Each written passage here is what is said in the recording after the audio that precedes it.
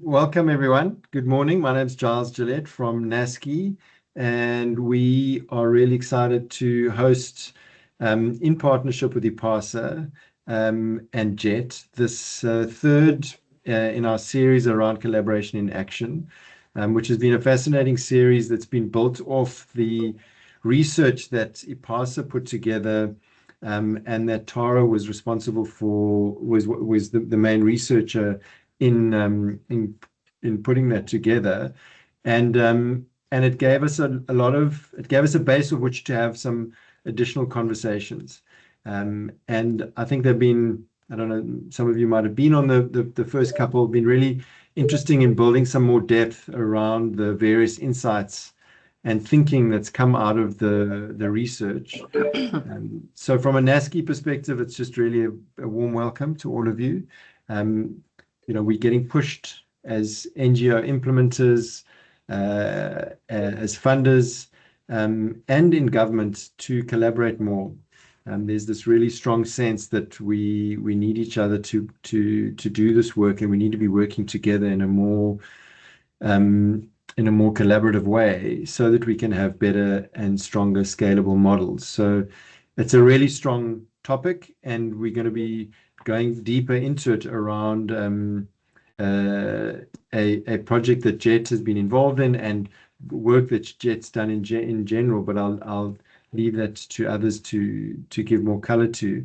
My job was just to welcome you all, to thank IPASA for the partnership, and to thank JET for collaborating with us on this specific piece. So thanks very much to everyone, and we've got a great panel.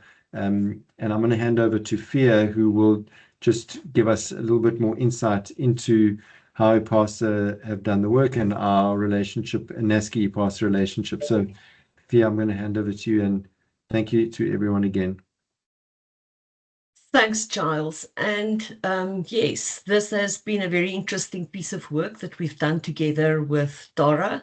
And we also would like to acknowledge the funding that we received from the Zenex Foundation and Maitri Trust to compile this set of 9 very diverse but interesting case studies about what's possible when education funders, implementers, government, and other stakeholders collaborate.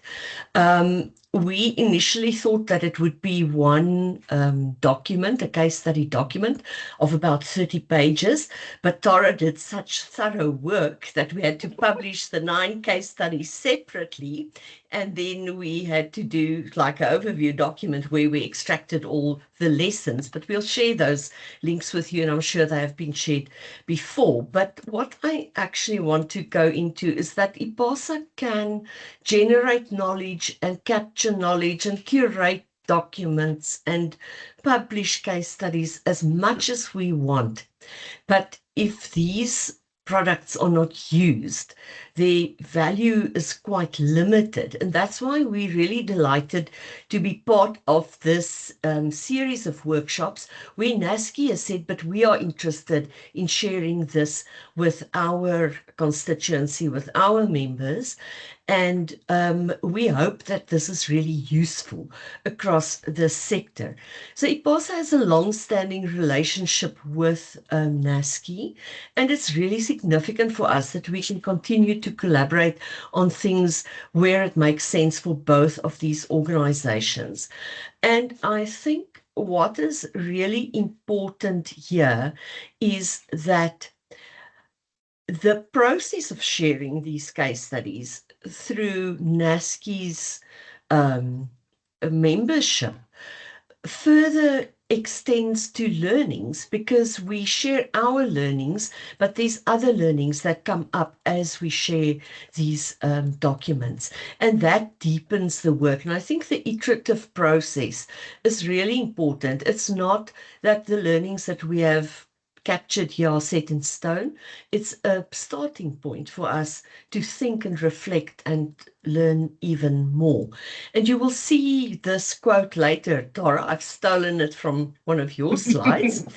But it says collaborators' most transformative work is not only implementing programs, but strengthening system coherence. And I think when organizations like NASCEE and IPASA collaborates, this is exactly what happens. We are going to talk specifically about backbone organizations today, and I'm not going to go at great length into that. I think Tara will extract that through the panel discussion.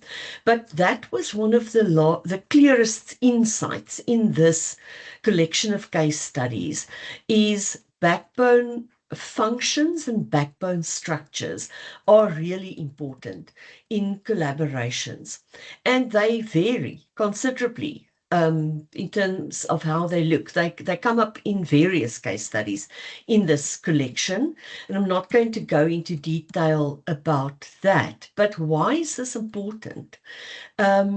It's important because collaborations take place in spaces where there's multiple actors, there's different mandates, there's long time frames and changing conditions. And what often happens is that things don't always go exactly as planned. Plans shift, relationships evolve, context change, as we've seen in the past few years. And then, if you have a backbone function, you have a better chance of having continuity, holding relationships together, and to adapt and be resilient.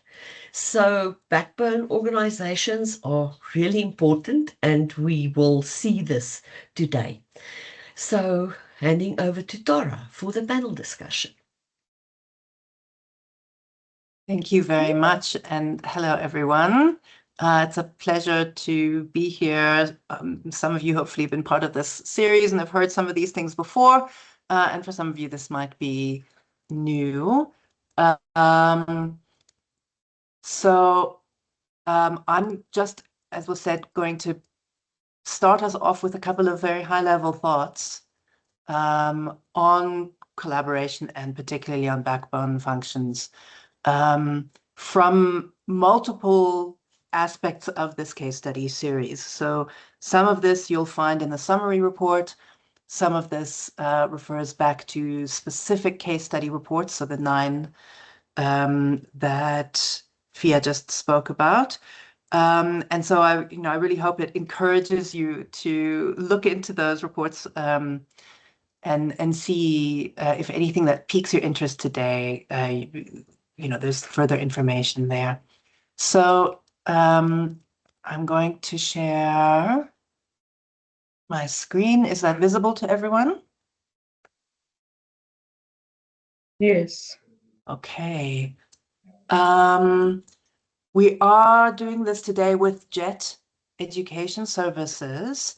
And so thank you very much to Craig, who's here, and quite a number of other JET team members who will also be part of the panel. Because actually a lot of the, so there's a very particular depth of expertise that JET has developed in this space around being a coordinating function for education work and education projects and very large-scale ones. NASCEE also is in this space and is developing deeper project management office kind of skills. Maybe there are a range of you in the audience who are also in organizations who play that role, whether explicitly or implicitly. And so what I'm bringing here, very much also what Fia said, is a one way of looking at this and connecting some of these dots by having actually spent some time talking to many, many people in the sector and trying to pull it together. But this is absolutely not the only way of looking at it. And so many of you have the on-the-ground experience and have thought about this as well. So please take this on as thinking fodder, things for you to bounce off of from your own experience. And I'm really looking forward to the discussion where we'll bring a lot of that together. Okay, so as Fia mentioned, this is a case study series, 9 case studies. You can see some of the diversity here. We have everything from working with teachers around climate to adult reading, the National Reading Barometer, to early learning, ELOM Thrive by 5. Then we have teacher education, so initial teacher education, the PrimTED assessments, and the initial teacher education donor group. Grade R, again, in Mpumalanga, looking at early learning. The Anglo-American education program was profiled. Some of that insight is coming into today's conversation. And then Zenzele Tireleng, also sort of foundational learning at a community level. And then looking at Zenex as one example of funders, but part of what we're talking about today is that the nature of the funder also then affects the nature of the collaboration. We'll see, not always very predictably or linearly, but it's a function. So today we're pulling out of many of these case studies the way in which we try to understand the diversity of collaboration experiences. And it really, that's so important, is that there is no recipe that always works. There are many, many different contextual factors that determine what a collaboration looks like. And the first part of that is defining why we collaborate. We're not going to talk about that much today. Today's focus is on the how.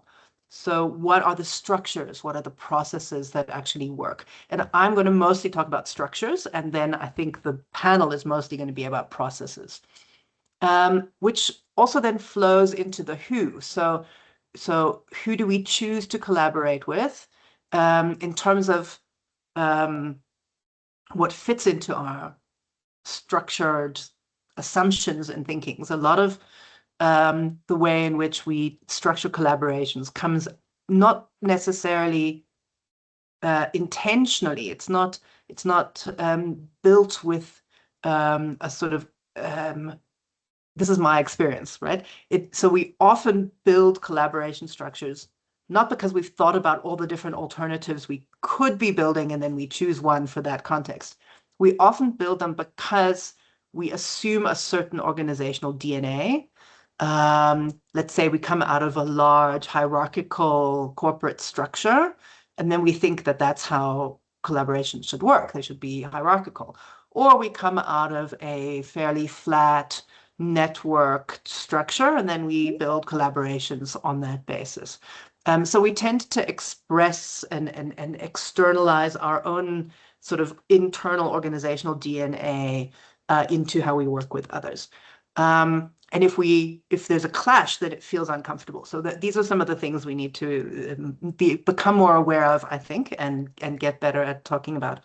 Then briefly, we'll just talk about the when, how long does this take, and what are we actually achieving with this? Okay, so I'm skipping straight into talking about how we structure collaborative systems and structures. And I've already started mentioning that one of the key choices we have, but which we often don't recognize as a choice, which we often fall into, is whether we organize our collaborations as hierarchies or as networks. So the fundamental difference is the nature of the power relations, right? So in hierarchies, you have a very clear chain of command, essentially, like military words. And even though, of course, there is always communication up and down, and you can have many different types of respect and division of labor and very positive things in hierarchies. They are certainly not in any way inherently bad. They are extremely efficient often. They often speed up communication and decision-making substantially.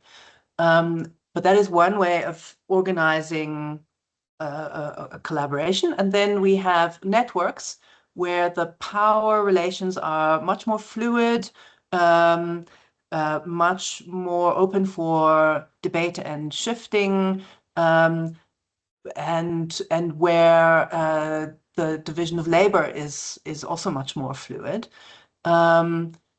What you get, though, often then is implications for decision-making, implications for efficiency of decision-making and timelines, and much more negotiation needed for how decisions are made and communication. So there are other implications. So they're just two quick ones. So when we look at what this actually means for how we put together organizations in a collaboration. These are now examples out of very specific and concrete education collaborations, right?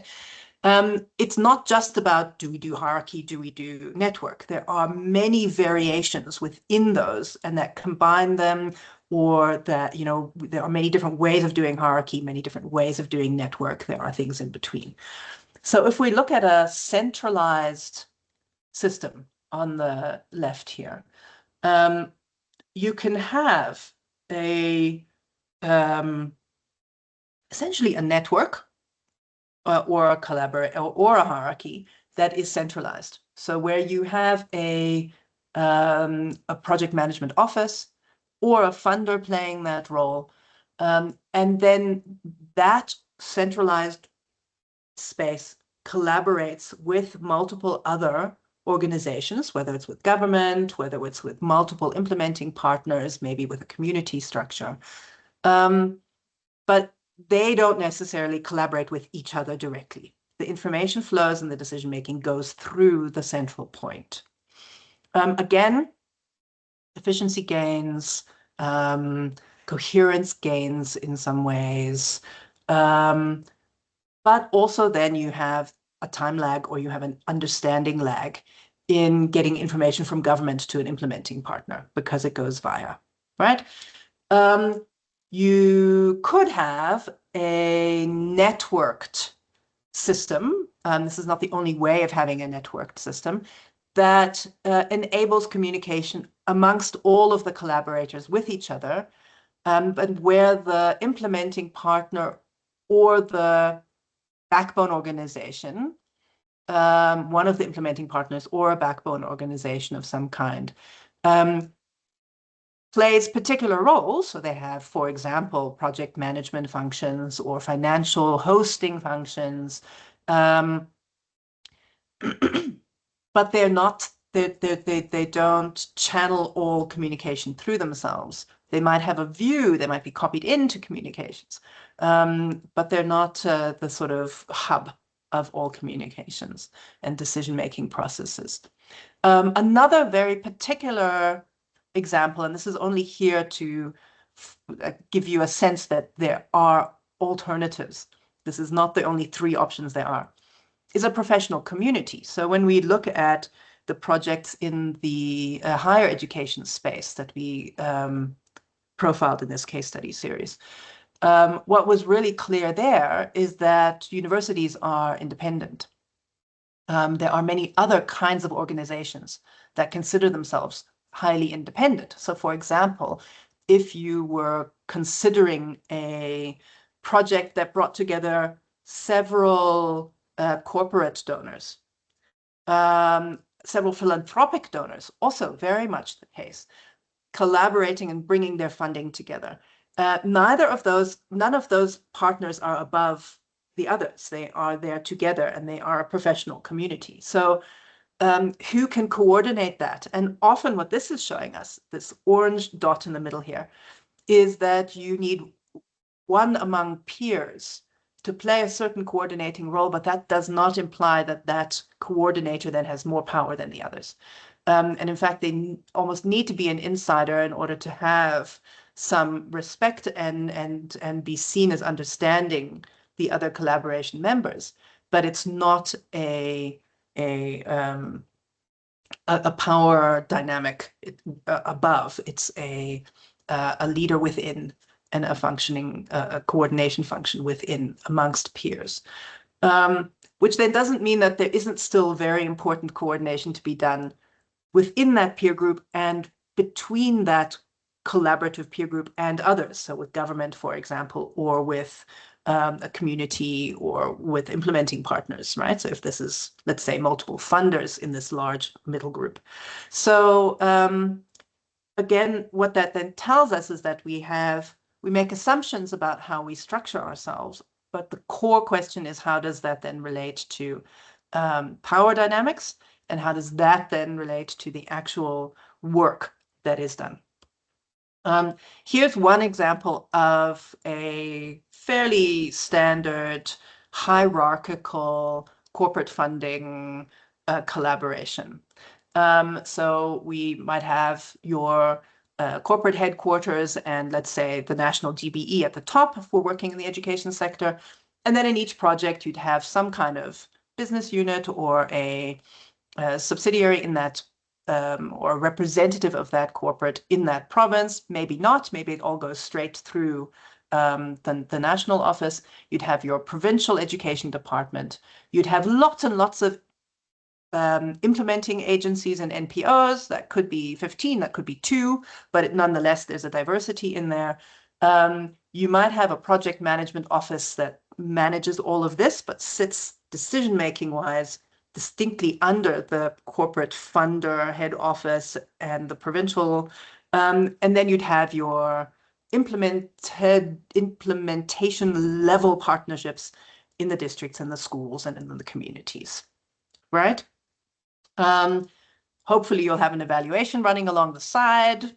But basically, you might find this a very familiar picture. What I'm trying to say is that there's nothing wrong with this picture. This is a functioning picture, and we'll have a number of examples, I think, in the panel that will speak to how to make this work. Some of the real benefits of what is necessary to make this work very well.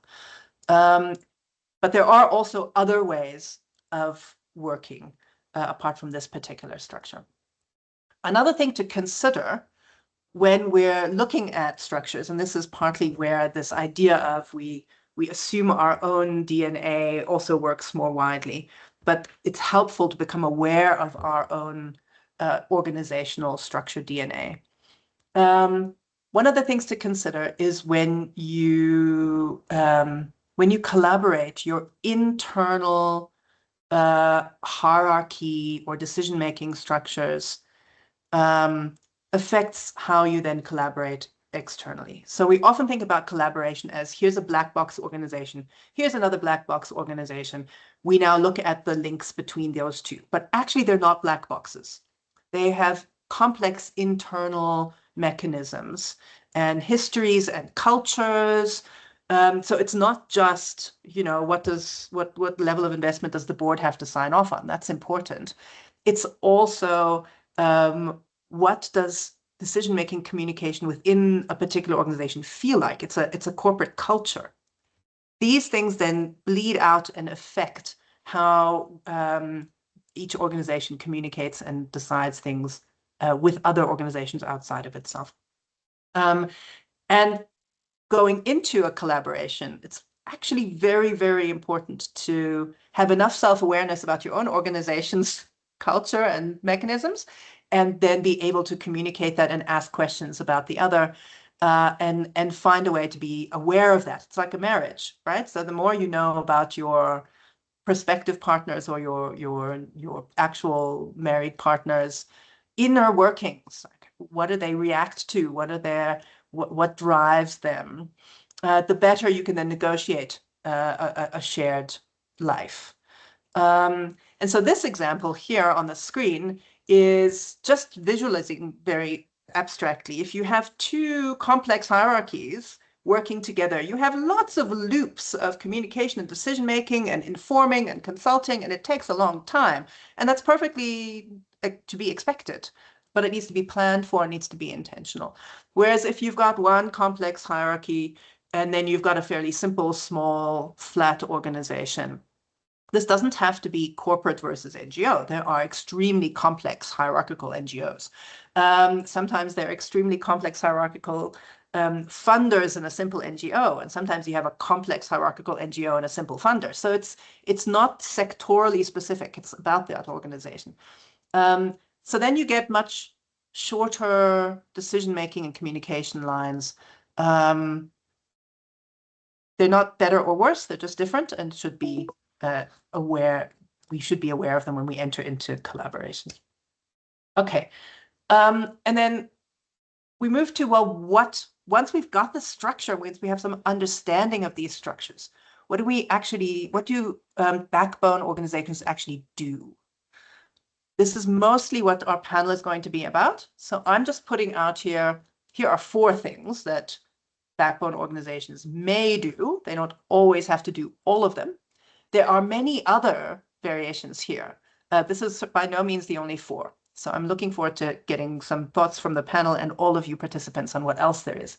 So it could be holding the actual money and then dispersing it. By no means necessarily the case. There are a range of case studies in this series where that is not what the backbone organization does. The funder gives directly to the implementation agencies, some of them, and then there's a backbone over here that coordinates something else. So they might coordinate project management, who's doing what by when. They might or might not implicitly or explicitly do actual relationship management.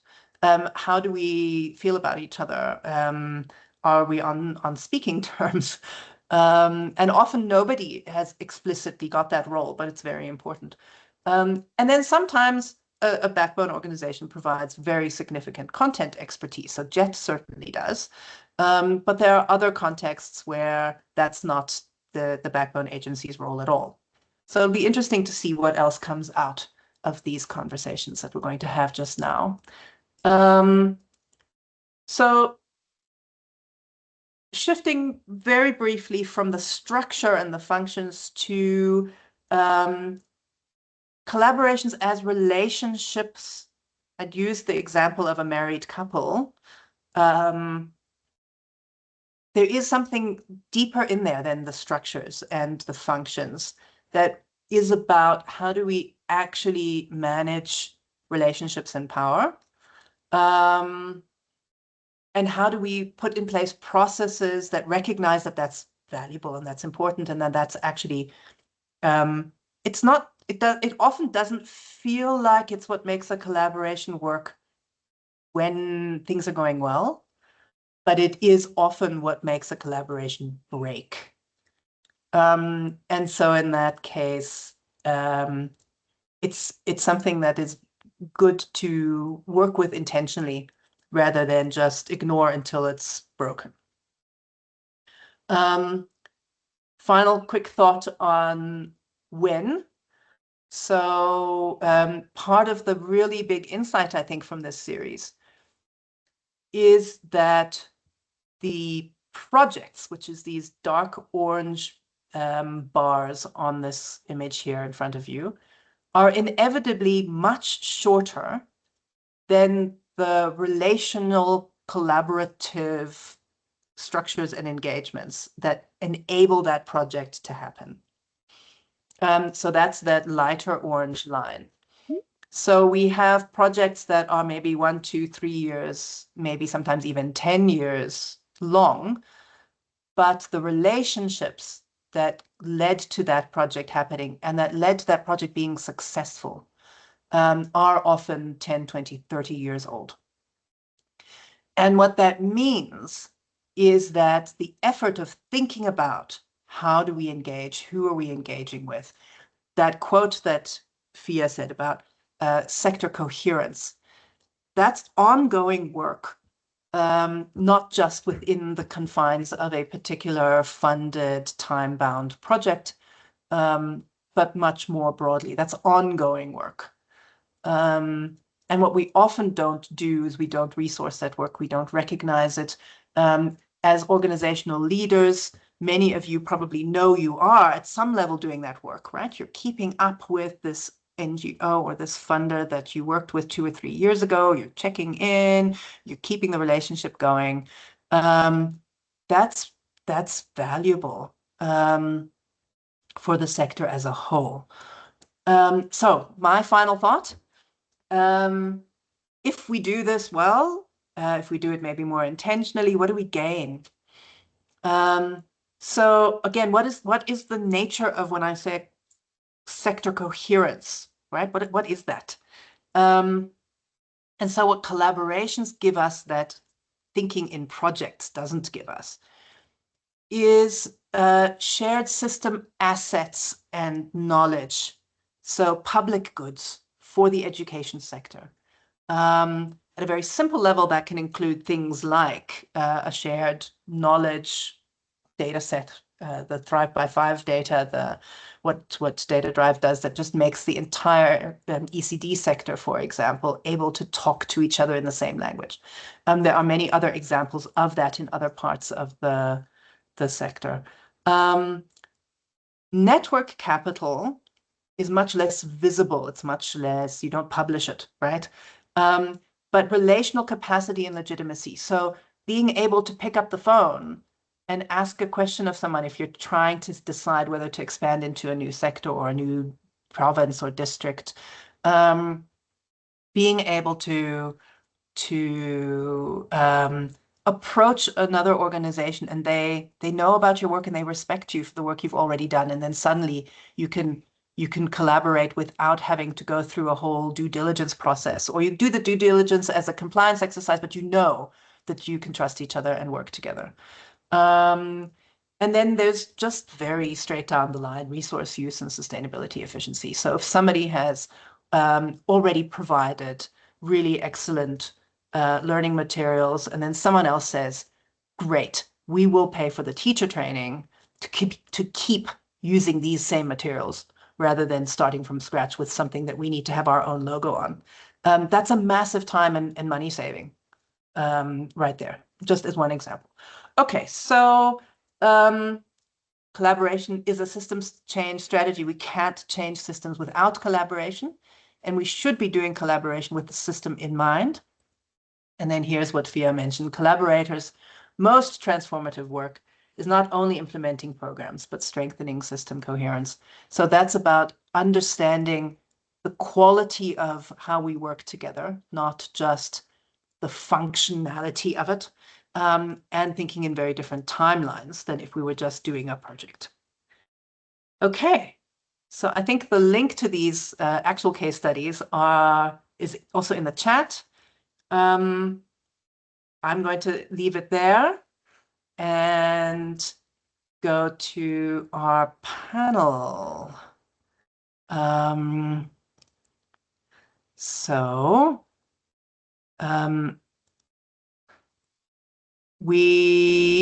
going to ask all of our panelists who are here to put on your videos. Unfortunately, Nazreen Sain is not able to lead us from Anglo-American South Africa, or not be able to join us. But Payne Mashingaidze, please join. Emi Sang, so Payne is from the Mr. Price Foundation. Emi Sang Machedi from the Xenix Foundation. I'm not sure if Rachel Neville is here, who's a specialist manager, foundational learning and assessment at JET Education Services. Then we have Kensani Baloy, who's ECD research officer, also at JET, and Lawrence Mashimye, senior specialist manager, also at JET. I know that Craig isn't explicitly on the panel, but I would like him to just show his face, because he's also a very important person at Craig who manages a lot of sort of PMO functions. So thank you, Craig, for bringing us together today and being here. Okay, so I've got Payne and I've got Emi Sang.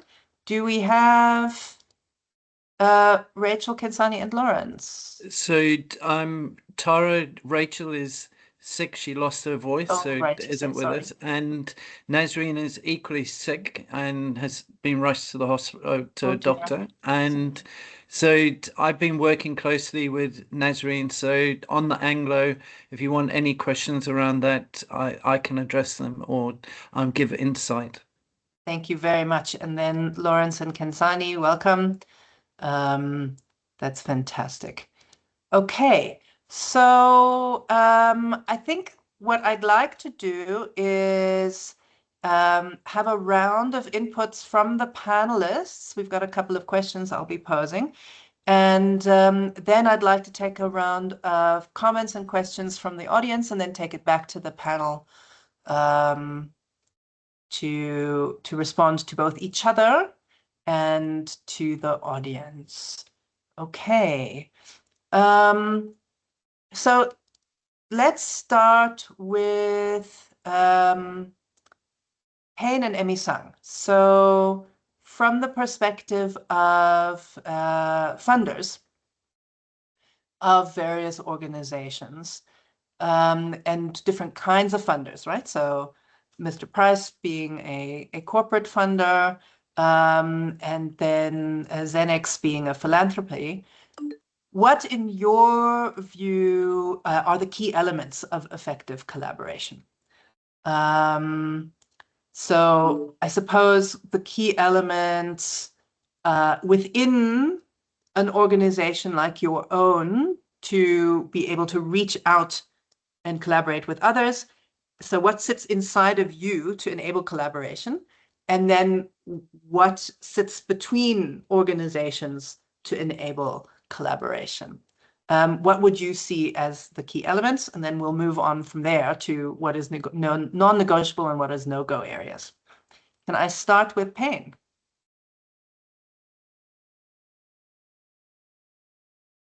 Thanks, Tara, and good morning to all the attendees of today's webinar.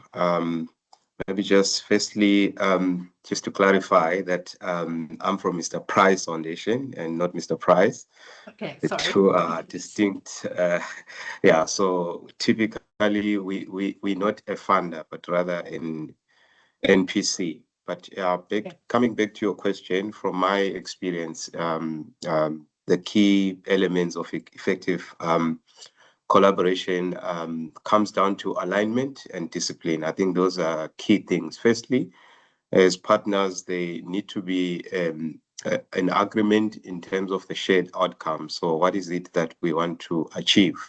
You know, whether it's improving reading levels, or just embedding entrepreneurship in high schools. I'm just giving examples of some of the projects that we're implementing. But otherwise, if we're not solving the same problem, then we're not collaborating. So that's the first important things for me. That's shared outcome. And then secondly, obviously, we're talking of role clarity. You know, we need to be very clear who does what, and then that helps in terms of effective collaboration, especially where you're working with schools, department and implementation agencies is very key to have that clarity in terms of who does what, and then that always helps in terms of having effective, collaboration. I think thirdly, and most importantly, it's data. You know, data must be the common language. There's need for decisions to be made based on data and not just assumptions or opinions. And also, it's very important that data is shared, among the partners, and then that then guides decisions. I think maybe lastly, it's also important that the collaboration is grounded in realities or the context of communities or environments in which they are being in which projects are being implemented. It's always important that solutions respond to realities on the ground. Thank you. Thank you very much. Great start. Emi-san. Good morning, everyone. Okay. All right. Good morning, everyone. Thank you, Tara. Firstly, I'll just like to share a quote from Gail from that case study. She said that collaboration is a verb and a noun, and the noun falls apart when the verb is no longer happening. And so I think the key and most important elements of collaboration is it's based on relationships that are driven by the collaborators. So it must be genuine, and it must be within the context of the relationships that have been built. There must be, secondly, a common agenda. There must be a shared understanding of the problem. Partners must agree on the problem before going forward. And thirdly, there must be mutual reinforcement in that activities across the partners build on each other rather than duplicating. So it must be cumulative over time and not just a parallel or episodic or as an episode, but must be a parallel with other projects. And lastly, there must be credibility of the expertise of the people we're working with. The backbone, the key players must be substantive content peers, not just process managers. Because Xanax believes that our work is built on evidence. Over the 30 years that Xanax has been operating, we believe in evidence and creating evidence. So all the work that we're doing must be underpinned by evidence. And lastly, just if I can mention the backbone organizations that we support, we typically are hands-on. So we are a type of funder that is hands-on, and we work closely with the implementing agencies, getting to know the leadership and the organizational development needs over time. So by supporting them through, the different program designs, we are able to know what to put first and what not to put first. And we also deepen the organizations that we work with, like JET, to have more nuanced approach to every problem that is being solved. Thank you. Thank you very much. All right, so that's already given us quite a lot to work with. Can I then ask the JET colleagues, maybe Craig, given that Nazreen isn't here, you can share some of the experiences from the Anglo project towards the same question about what are the core and the absolute necessities for effective collaboration. And then we can move on to the other JET colleagues, so Kenzani and Lawrence, to talk about non-negotiables and no-go areas. Thanks, Tara. So I think the important thing that we've experienced with working with Xenex and Mr. Price and also Anglo is that you have to have an awareness of the goal, aims and objectives and the goals which the funder is looking to. And you've then got to build up a really good level of communication and trust and have transparency. And also to be agile in the way that you work together, recognizing that in the space in which we're working, there's going to be many factors that will potentially undermine what you're trying to achieve. And so through having structures that are in place where you feel confident that you're on top of the monitoring, the evaluation, the reporting, and that those lines of communication are solid and open, so that if there are any challenges that emerge through consensus, you can then adapt and amend and recalibrate things. Thanks. Thank you very much. So, Kenzani, what are your thoughts on both of what is necessary and then what is absolutely non-negotiable and what is actually a no-go area? What should we not be trying to bring together in a collaboration? Thanks, Tara. Good morning, everyone. This is Kenzani Baloyi from JET Education Services, just opposite New Leaders and Xenex. I work in the ECD unit. And so what I want to clarify is that, with the work that we've seen in collaboration, it's about the emphasis on the branding. Okay, I need my logo to be in this way, to be positioned in this way in reports and in presentations. And we do not prioritize the importance of what was guiding us in the contract, which is the deliverables. For example, if it's an ELAM, what are the learning outcomes, instead of saying, well, make sure my logo is under the footer or under the header. I think that's important for us to clarify, to know that we are here to impact the quality of education than what is seen out there as the branding of organizations.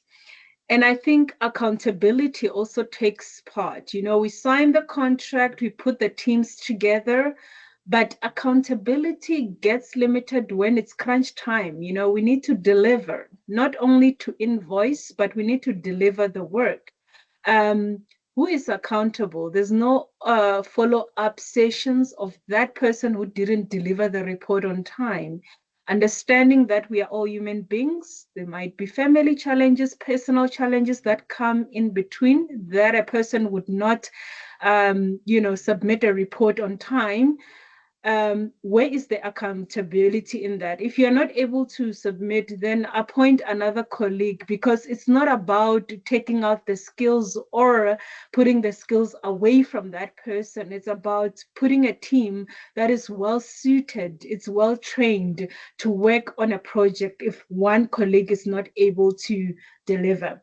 And politics, we know in education, anywhere in the NGO space or outside of the NGO space, there's just hidden agendas and politics of saying, I need to make sure this team goes to the field, or I need to make sure these colleagues go to the field. These colleagues cannot go because of the challenges we faced before. How do we put practices where if a team failed before, how do we put practices that will guide them to do better next time into the field, so that we prevent politics that need to head into the deliverables of the funder? I think that's what we need to actually put in place and not manipulate the data. The data must be authentic. We speak about ethics in education, that authenticity, honesty that we are holding out there as funders in field work, for example, that, we need to be authentic. We cannot manipulate the data so that we can continue to receive the funding. In that way, we are not making an impact to the beneficiaries in the communities. We are making an impact on what we need to receive, the money in the organization. It should be about the impact that we want to see out there. If learners are not on track, if 45% of that is showing that learners are not on track, what are the practices that we need to put forward in those schools that will make the learners to be on track? Those that are far behind, using the ELAM, for example, let's not manipulate to say 80% are on track. We know that it's not true, especially with literacy and numeracy in our rural areas. We cannot find data that is manipulated, because that is the reputation of an organization that will be limited. Thank you. I will go to the chair. Thank you very, very much. What I really like about what you're saying is that there's something about the internal incentive systems and structures and dynamics within an organization that it's so important for it to shift to enable that picture outside of the organization. So both implementing agencies, whether you're a PMO or the actual NGO doing the work, and the funder, how do we together focus on making sure that we've got real impact, rather than just doing the self-referential work on our own internal dynamics that makes it feel like we're talking about impact, but are we actually doing it? So the shift from the report, what does the report look like, to talking about what is the report about, like what is the act. So it's not just representing the impact, but is the impact happening? So I think that's a really thank you for that, and I'm looking forward to further conversation about that in the rest of the audience and the panel.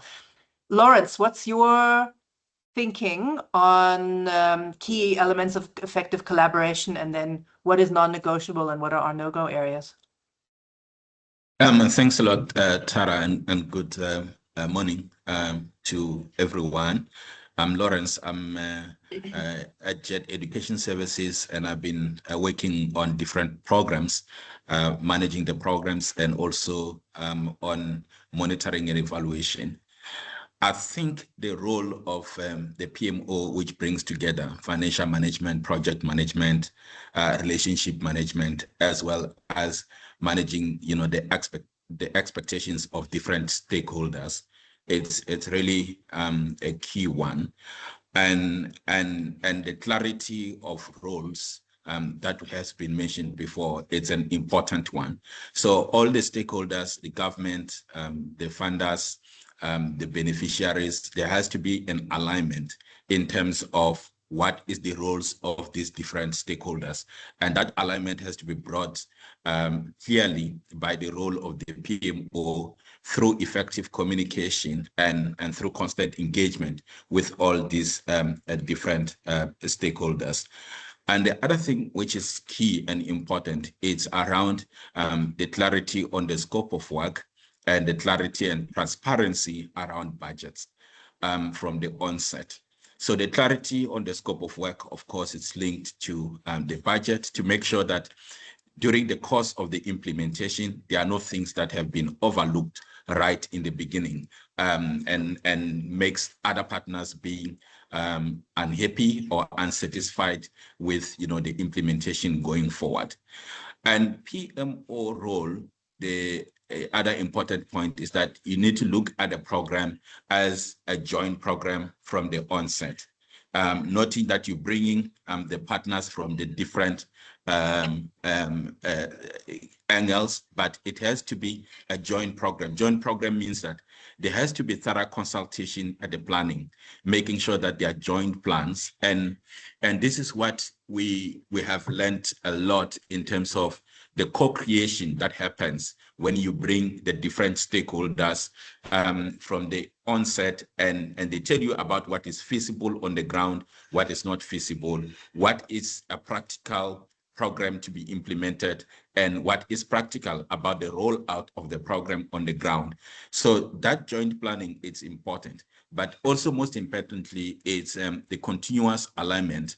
And in the case of different programs, we had the weekly or bi-weekly community of practice, where we're having a specific issue that is like a flagship that we take and discuss and sort of come up with, what is the solution to some of these challenges, or what are the messages that we need to be reinforcing, and what areas that we need to strengthen in the implementation. So those community of practice, they have been very effective. And the other thing, it's what Kensani has mentioned around ensuring that there is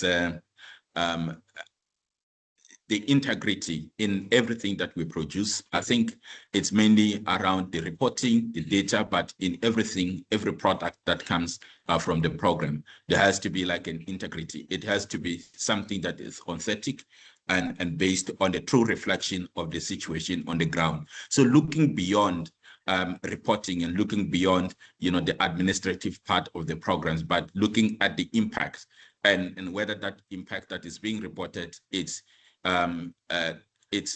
aligned with the impact that is really observed on the ground. The no-go area for me, Tara, it's the autonomy, the respect for the autonomy of individual organizations. We come into the partnership because we have different interests, and that will remain. And throughout the implementation, there will be those different interests, different motivations will keep on emerging. And we need to respect that and allow those voices and not suppress them. But at the same time, we need to say, from those voices, how do we create a single voice that makes sure that there's an effective delivery of this program? And the way we have been doing that, it is through, the quarterly meetings, stakeholder meetings, where we have the government, the DBE, the representation of the schools coming together and the implementing partners coming together and we are reflecting on the implementation for the quarter. But in the reflection on implementation for the quarter, we're allowing the different stakeholders to have their unique voices that they are raising around, the implementation, around what they observe as the impact, around the challenges, and etc. That kind of like autonomy where they feel that, they are part of the joint program, but they're still a unique entity and they're still bringing something unique to this joint program. It's a very important one. Thank you.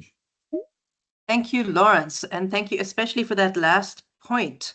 Because I was going to say nobody wants to talk about no-go areas. So I'm very glad you've spoken to that. And I suppose it sort of fits into the metaphor of the marriage, right? So, I mean, it's not going to be a good marriage if there's only one partner who determines everything and without recognizing the essential personhood of the other partner and that they have their own views and life. All right, so we've had a lot to chew on.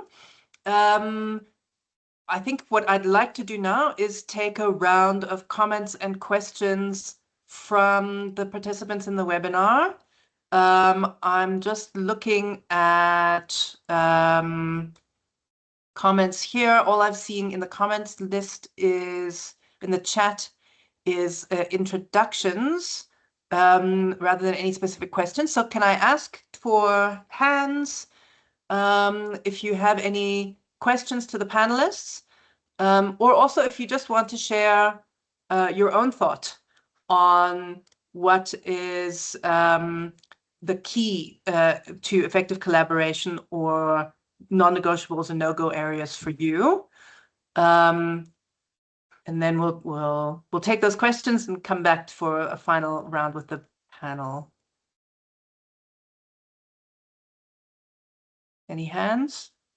Again, all of you are people with experience here. You're also experts. We'd like to hear from you, or we'd like to hear maybe a scenario that you've experienced that you think the panelists might have some view on. Any challenging collaboration experiences, anonymized?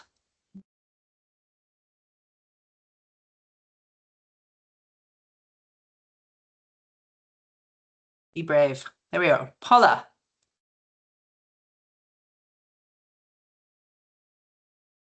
Paula, will you just briefly introduce yourself and then great, Paula and Eleanor, and then ask your question? You're on mute, Paula. Is that better? Oh, Perfect. There we go. Hello. Hi, I'm Paula Wickham. I am the principal of Fisher Pre-Primary, but I am also the chairperson of the Western Cape for NAPTOSA, which is a teacher union. And I have really enjoyed listening to the panelists today. And I think that's the thing that has stood out for me, and I just want to appreciate it, is the fact that relationship building is one of the key things on collaboration. And just in our little world in a pre-primary level, we deal with emotional literacy and building relationships, and it certainly is the key in our little world here at school. But from a collaboration point of view, if we don't build relationships, then the longevity of that collaboration doesn't exist. So yeah, that's just my 5 cents worth. Thank you very much. And I also do agree that there are a lot of adults who would benefit greatly from going back to grade R or preschool. It is incredible.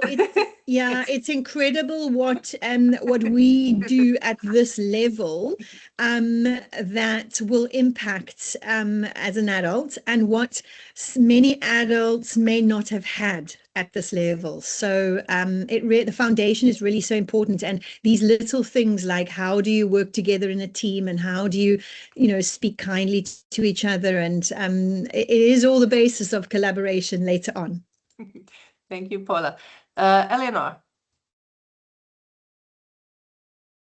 Thank you for the really interesting presentations and insights shared so far. I would like to ask maybe some funders in the room, and Emisang could answer this as well. How can power dynamics in collaboration when there's funders and grantees be addressed? Because that can sometimes, hinder open, honest engagements or introduce some hierarchies. Maybe Craig could comment on this also from the perspective of the Anglo program. And maybe just to share, I think resonating with some of the panelists, I think shared values between different organizations. If you share some core values, that can really help. And also to develop a shared vision for what you want to achieve, that everyone who's part of the collaboration buys into that. And if that's done collectively, I think that can help as well. That can be done as part of a theory of change process, or there's other ways to do that as well. Thanks. Thank you very much. Any other inputs or comments?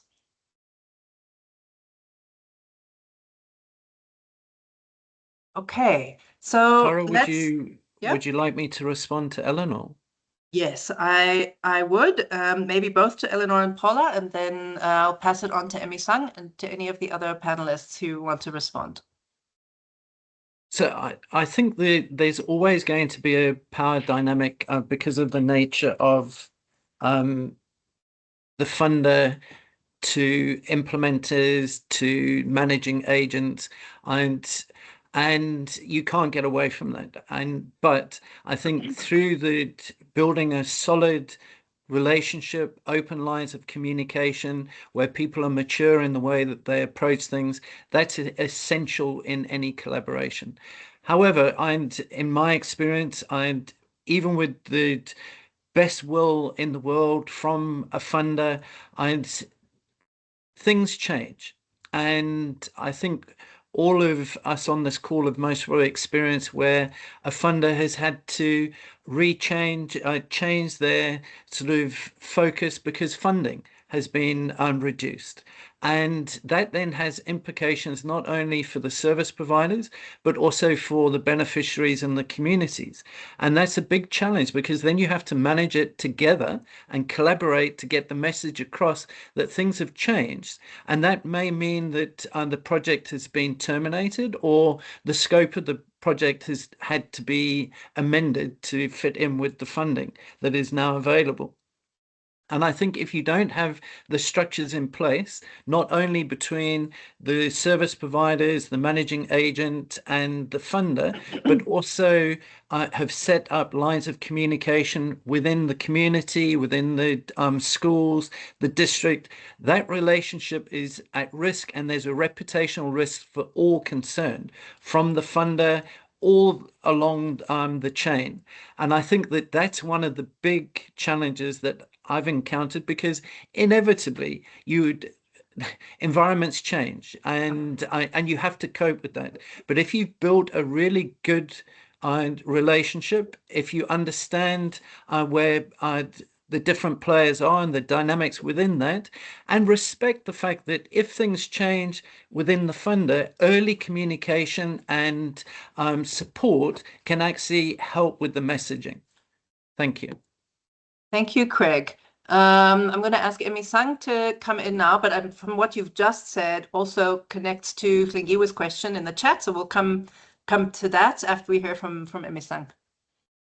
Yeah, yes, I agree. There is definitely power dynamics, and I think as a funder, we are aware of this, and from day one, we try to create flexibility and set a general way of communicating with implementing partners and even with government. So I think it's very important that in the setting of the agenda, the tone and in the way in which that message is communicated is very important. And there needs to be a built-in regular, reassessment of if ever things, are not working properly, without, of course, not fulfilling the contextual agreement. So there is the side of the contract that needs to be fulfilled by the implementer or by the person being contracted, and there is a responsibility for financially from the funder to make sure that there is adequate expenditure of how it's done. So from Zenex side, we were intentional, and we are aware on how to navigate this. And of course, there are trade-offs in terms of the implementing partners or the NPOs or the agencies being content experts, and us being the funder. The trust has to be built along the way, and it's a journey. It's not just a linear way of working, but it has to be give and take. And because we are very involved as a funder, as Zenex, we tend to also have debates, and those debates also give way to decreasing the power dynamic in terms of what needs to be fulfilled. But at the end of the day, as I said in the beginning, it's all about the contract fulfilling and accounting to what the funding is doing. Thank you, Emi-san. So I'm just finding it so interesting that we did have a sort of theme that we're going to come to now, which is, what do you do when everything goes wrong and things massively change, and how do we? So we've moved to that now, and this question of accountability is something that Kensani spoke to very strongly in her initial contribution. So how do you, inside a particular organization, put in place, real authentic accountability to the work, not just to the contract and to the external, expression of the deliverable, the report, but how do you put in accountability to the real work on the ground and whether that's really changing? We now have Klingiwe saying, if you have different implementing partners in a PMO, who then becomes accountable to the funders? How is that set up to ensure there are clear lines of accountability when you have multiple actors? We're hearing Craig talk about, well,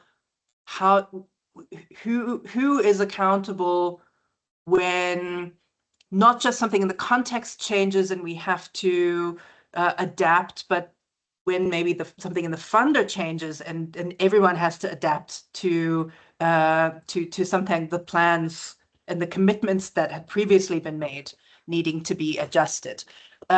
So, essentially that question then is, for me, and I think Emma Sang also then very much spoke about, within the particular funder, how do you take accountability for being in this powerful position in the whole accountability chain, right? Also not just taking yourself outside of the accountability chain to the work, to the impact, right? And everyone's talked about the importance of this shared understanding of the problem you're trying to solve, the shared understanding of the goal, which is essentially the work. So, how do we all get outside of our own interests while recognizing that they exist? So I think that was really important, Lawrence, that yes, these organizations exist. We have our own interests. We have our own logics. But how do we, at those necessary points in time, get outside of that and focus on our respective contributions to the work? So I wanted to do another round of questions to the panelists and Payne as well. We haven't heard back from you, but I see Josephine has a hand up. So let's hear from Josephine. And then I'll also just briefly point everyone, please, to the meeting chat. There's some lovely comments and further questions in there, but let's hear from Josephine. Yeah, thanks. Thanks so much, Tara, and thanks to the panelists. I think this is a very, very interesting webinar. I think it's something we need to always talk about. But I'm also of the view that, collaboration is, I love this word collaboration because it says a lot, but very little, especially in practice. Because practically, you take, for example, education, you take, for example, health. Over the past 20 years, I'm sure there's been a lot of collaboration. Surely there has been. But we've seen a lot of gains in both health and education, but we've also seen a lot of regression. in those sectors. And those are very critical sectors, by the way. And what I've observed is the fact that, a lot of organizations, yes, they have, they focus on their branding, autonomy. We know all of that. Clearly every organization has its values and their goals and the respective areas that they want to focus on, and that's fine. And that's honorable. However, a lot of organizations will say, yes, we'll collaborate. We'll collaborate in this specific sector, but at the end of it all, sometimes it doesn't work out. And that's where the conversations right up in an organization, whether in corporate, public sector, NPO, you name it, doesn't really matter. Those conversations need to be held. And I like the fact that we're talking about accountability, but we know for a fact in this country, accountability is, far, far, far reaching. It lacks, there's lack of accountability in the country. We've seen it in so many instances. But going back to my point around education and health, collaboration tends to be more on what are we going to gain from this? And if we are going to gain something, whether it's a little bit of airtime in the media, whether it's a little bit of, additional funding that's coming through, depending on your context and your environment, then it comes to that. So it's a lovely word, collaboration, but in practically, you're gonna have to peel away all the different layers of the onion, and it's gonna be painful, and it's gonna be where you're gonna have to. I always say to my colleagues that you need to look in your face. Literally, everybody needs to look into the mirror and see, what do I see, and what if I don't like what I see, what am I going to do about it? So collaboration is much deeper than just the surface level and things that we know and we can talk about. And organizations need to come to a point where they need to, almost say, yes, I may be Mr. Prowse Foundation, I may be Xenex, and we do this, we do that. Yes, we get you.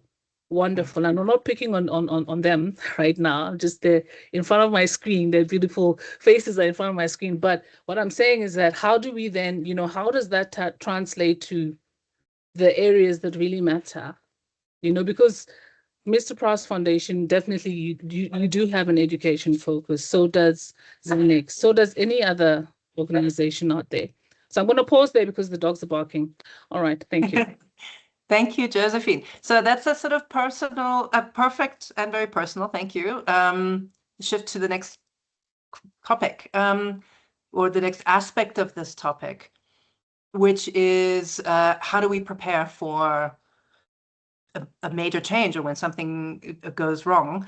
I just also wanted to say that in the chat we have Fia from IPASA saying that IPASA is committed to a sort of long ongoing relationship and ongoing conversation about relationships and power dynamics in the donor sector. I see Kensani also commenting on beyond a particular collaboration, maintaining relationships, whether that's inviting each other to learning sessions, etc. So there's something there that's shared around beyond a particular project, beyond a specific collaboration. How do we, as a sector, and I think this relates to what Josephine was saying, build our capacity to collaborate, which is like learning that emotional intelligence that Paula was talking about as a sector.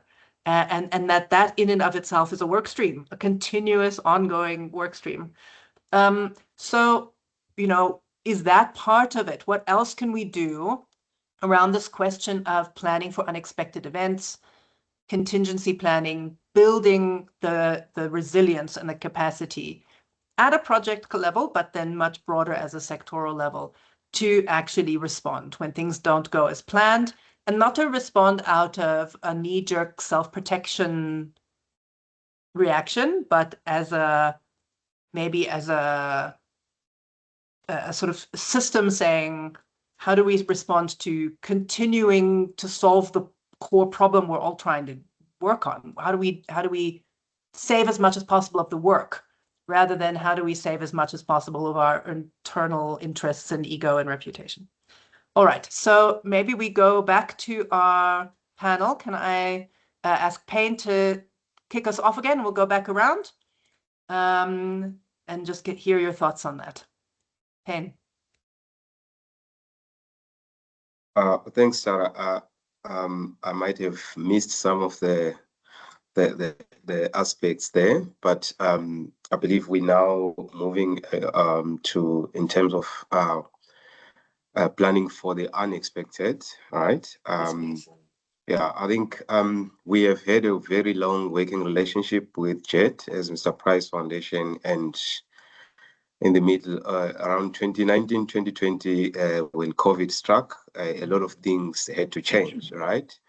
And I think one of the key things, is always to be flexible from the start when we're implementing, understanding that things are bound to change. And when things change, then, that flexibility then allows you to adapt. I think there are other key aspects of our projects has been sustainability in terms of how do we build capacity to ensure that programs, do continue even without or in the event of disruption, of external support that might be coming.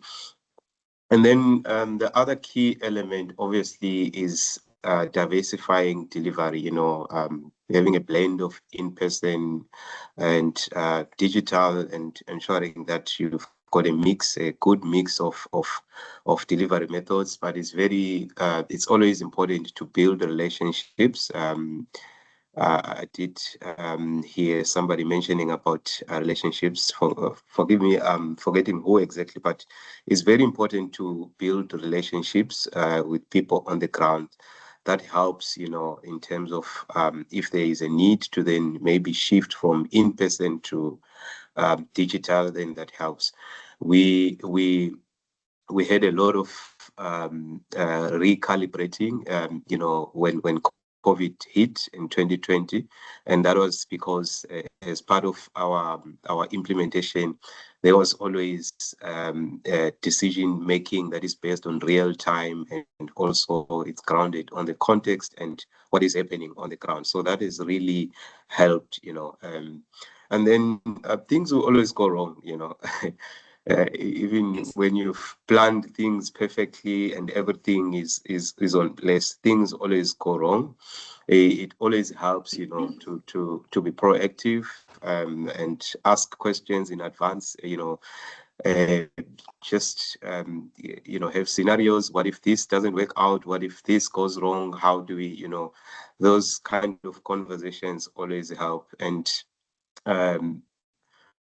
having regular, updates and checkups. I think Lawrence spoke a lot about the need for regular, feedback and engagement and updates. That also helps to keep everyone on board and aligned. Thank you. Thank you very much. Emi-san. I think I won't labor on some of the points, but I think one thing that's really important is to build flexibility from the first day. And that means having the sort of question to how can we do this rather than it can be done approach. Because at times when you start off with a program and you wanting to achieve a certain goal, it seems impossible or unlikely because of what is happening currently, or the theory of change is not answering the question or answering the problem. So I think having that approach of if we have started solving the problem and didn't work, let's have flexibility to solve it to a certain extent. And I think building in, regular and quarterly or meetings, it does help to have open lines of communication to reflect as and when any issues arise, and also having an open line to top level managers. And I think as Zenex, we don't have a hierarchical type of approach. It's more flat, and I think that helps for us to be able to respond quicker to any issues that is formed. Even with the budget, I think we need to build in contingency within the budget as well, from a funding perspective, because when the project is ongoing. It might happen that we didn't think of a certain item that is really important. So financially speaking, we need to build it in so that it can be successful. And lastly, you know, like I said, it's not linear. It's a very dynamic type of movement. So we need to be aware that when you are working, especially with the education sector, that things don't always go according to how you thought or how you anticipated. And I'll make an example of the EdTech work we're doing with JET currently. We needed enabling environment to be there in the schools in terms of infrastructure and connectivity. And I think Craig can attest that 4 different ISPs, Vodacom, MTN, you name them, didn't work in that particular school. So things don't always go according to how you plan them to be. But you need to build in the adaptability and flexibility to say that let's try something else. And I was there doing a monitoring visit, and their eyes shut down, and but because we are a type of funder that understands the context, the environment, we need to be aware that education takes time to make a turn and to make a change. And so I think that's the last thing I can mention. Thanks. Thank you very much. Craig. So just following on from what Payne and Emerson are saying, things are so dynamic, so complex, things change regularly. I think the most important thing is right from the offset to have the structures in place, not only between the funder, managing agents, service providers, and have regular updates, meetings, so that people are aware and they're forewarned if there are changes or if problems are on the horizon.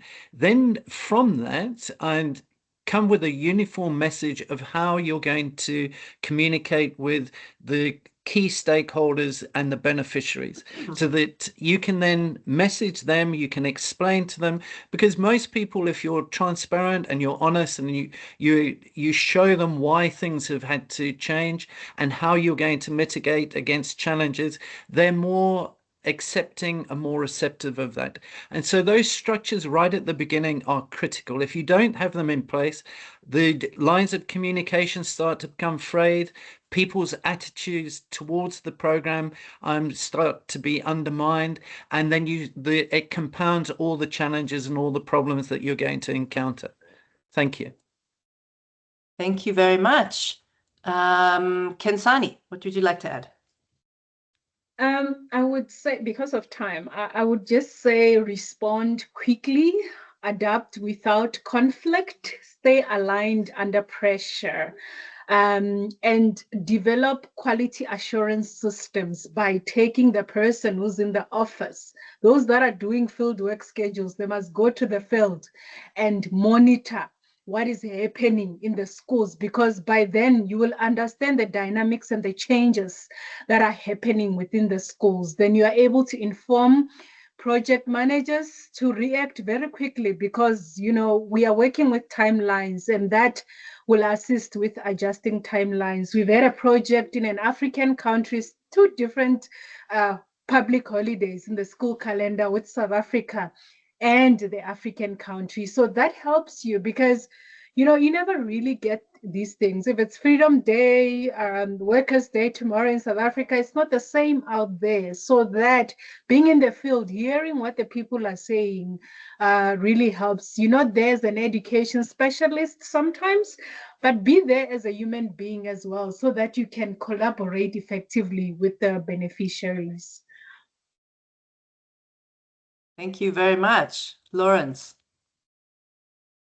Thanks, Tara, and I'll touch on the point around the changes in priorities, and if that happens so quickly or rapidly, and it has to affect the implementation of the program, the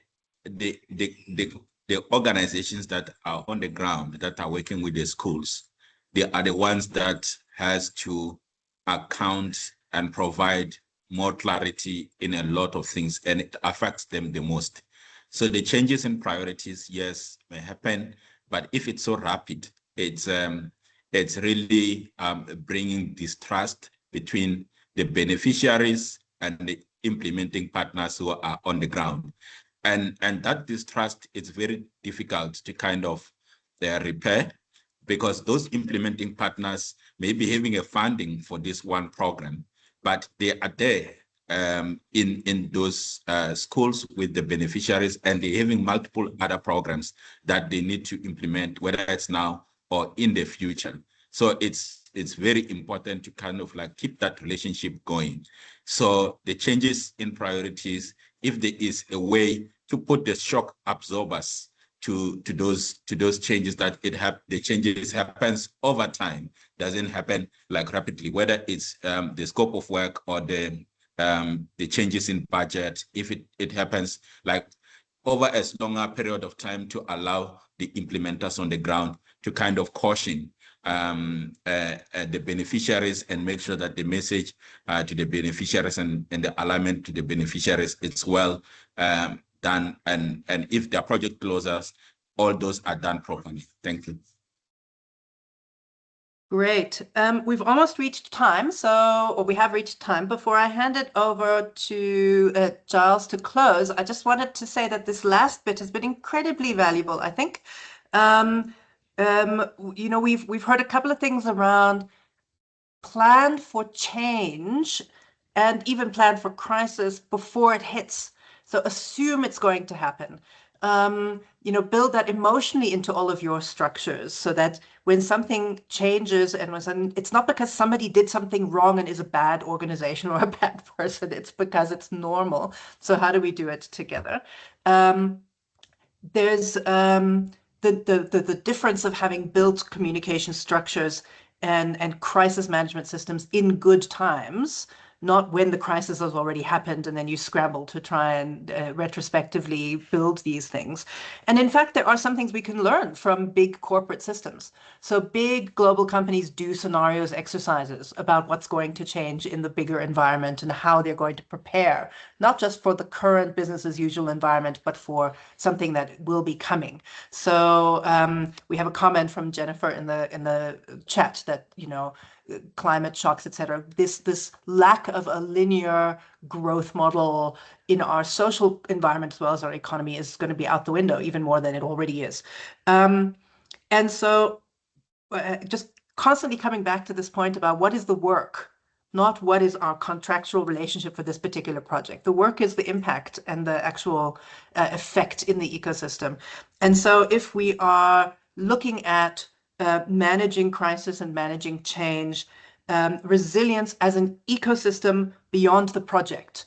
So not just, you know, what effect does it have on the organizations, but what effect are we having out in the world, and planning for that. So knowing that the implementing agencies have other projects that they are doing. How is our particular project changing, affecting their work elsewhere?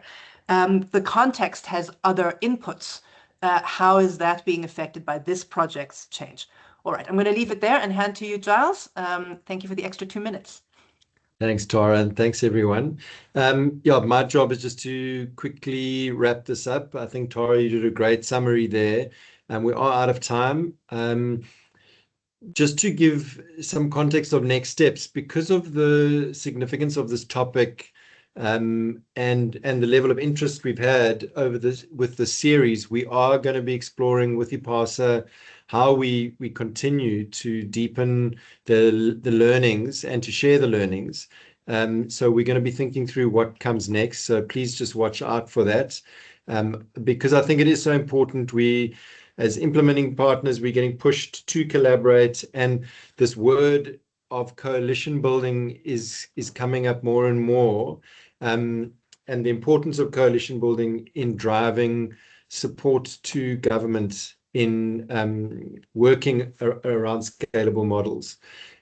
So I think we've got, you know, it's a topic that we're not going to be able to move away from as innovators in the system. And it's really exciting, actually, to think about how we can be stronger together effectively. So thanks very much, Tara, for holding the moderator role, for the inputs in the beginning. To all the panelists, thank you very much for your insights, and for preparing. This doesn't happen without you, so thank you very much. and to IPASA for commissioning this work up front. I'm very grateful for giving us a partnership platform to think about how we take this forward and for deepening it. So to Fia and your team, thank you very much. We will keep you posted. We will share the recording, and as I said, we're thinking about how to take this to the next level. So thanks everyone, and have a great rest of your Thursday and a wonderful Workers' Day and long weekend. Hope it's good. Thank you very much. Thank you. Thank you. Thanks, everybody. Bye, everyone. Thank you.